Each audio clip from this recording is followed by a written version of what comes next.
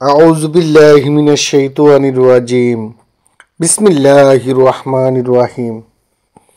আসসালামু আলাইকুম ওয়া রাহমাতুল্লাহি ওয়া বারাকাতুহু। প্রিয় বন্ধুগণ, আল্লাহর কাছে আপনাদের সুস্থতা কামনা করে আপনাদের আন্তরিক কৃতজ্ঞতা ও ভালোবাসা প্রকাশ করে শুরু করছি আজকের আয়োজন।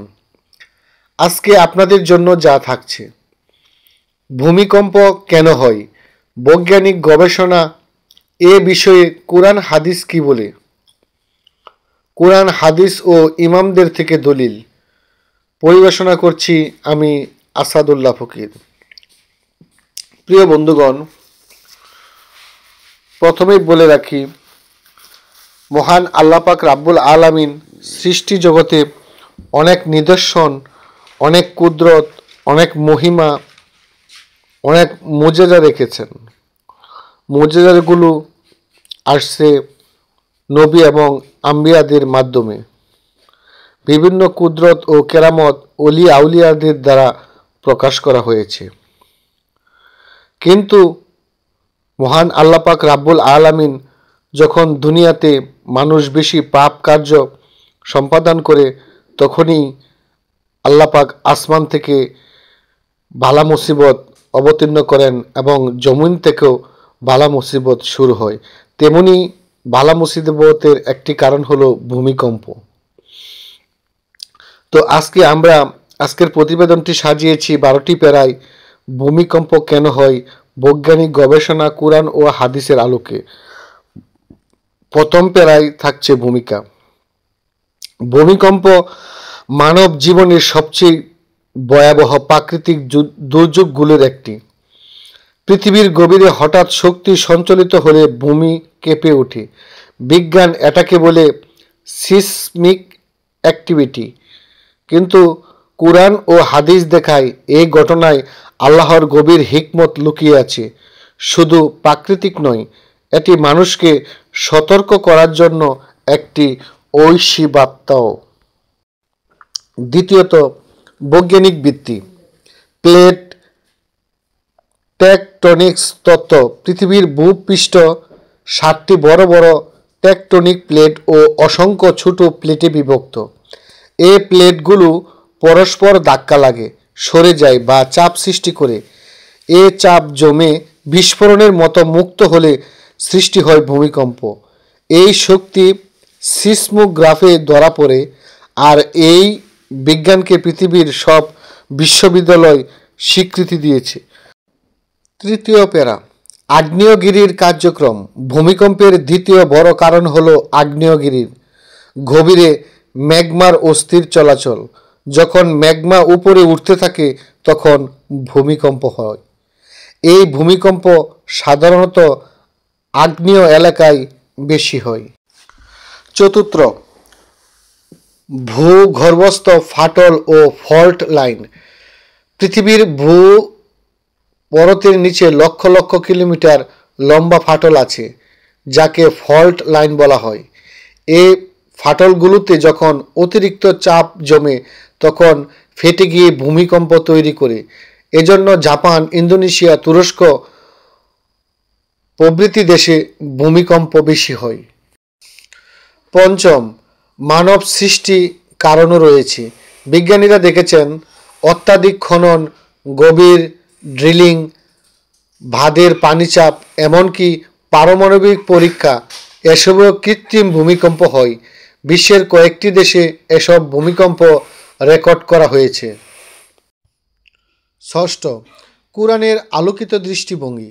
মহান আল্লাহ পাক রাব্বুল আলামিন যখন পৃথিবী তার বোঝা বের করে দেবে, সূরা জিলজাল 99 নম্বর সূরা 1 থেকে 2 নম্বর আয়াত। মুফাসসিরগণ বলেন, এতে দুনিয়ার ভূমিকম্প ও কিয়ামতের ভূমিকম্প দুটাই অন্তর্ভুক্ত।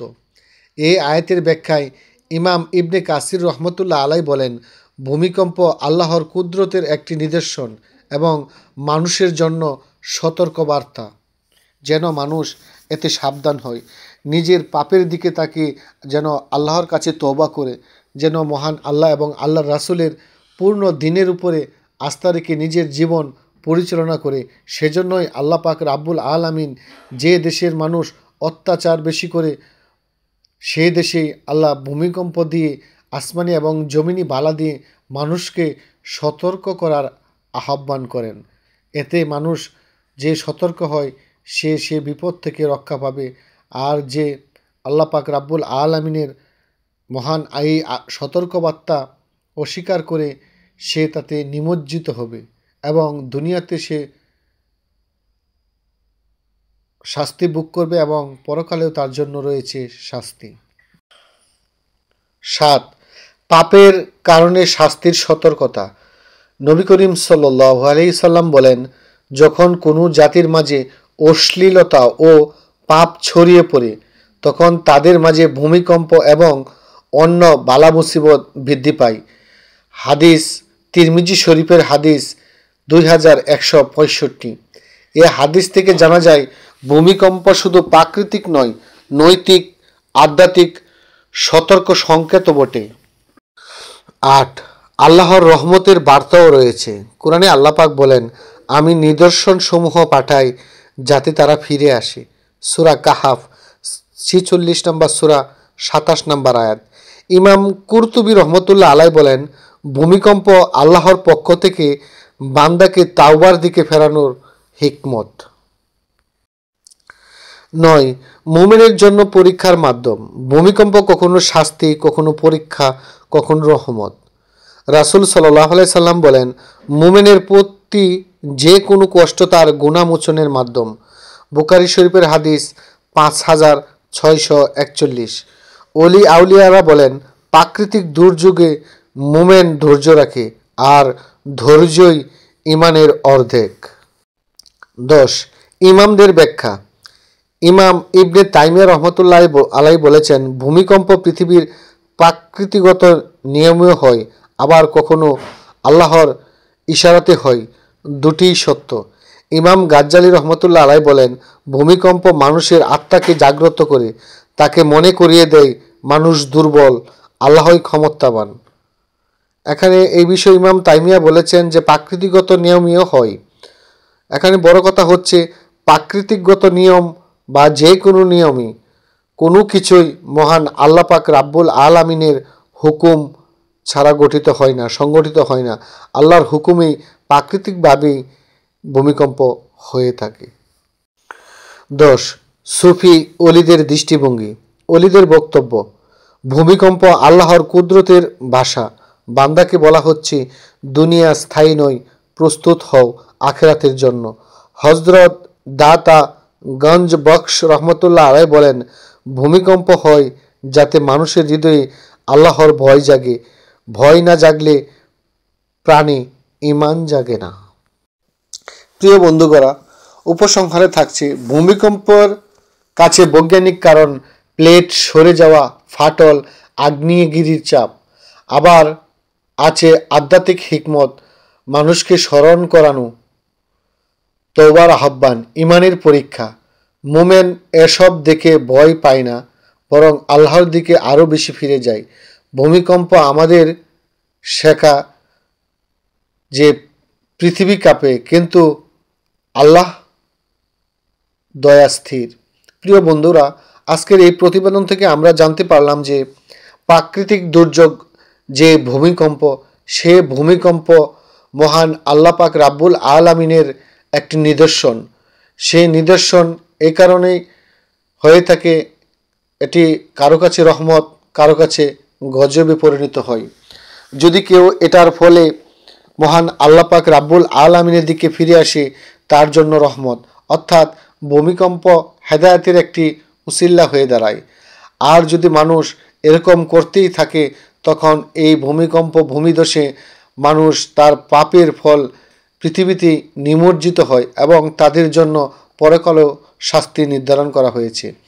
তাই প্রিয় বন্ধুগণ, আমরা এই পৃথিবীতে এসেছি মহান আল্লাহ পাক রাব্বুল আলামিন রাসূল করিম সাল্লাল্লাহু আলাইহি সাল্লাম এর নির্দেশ মোতাবেক চলা, ওলি আউলিয়া গাউস কুতুবদের পথে চলা, মোমেন মুত্তাকিন বান্দাদের পথে চলা, ইহতিনাস সিরাতাল মুস্তাকিমের পথে চলা।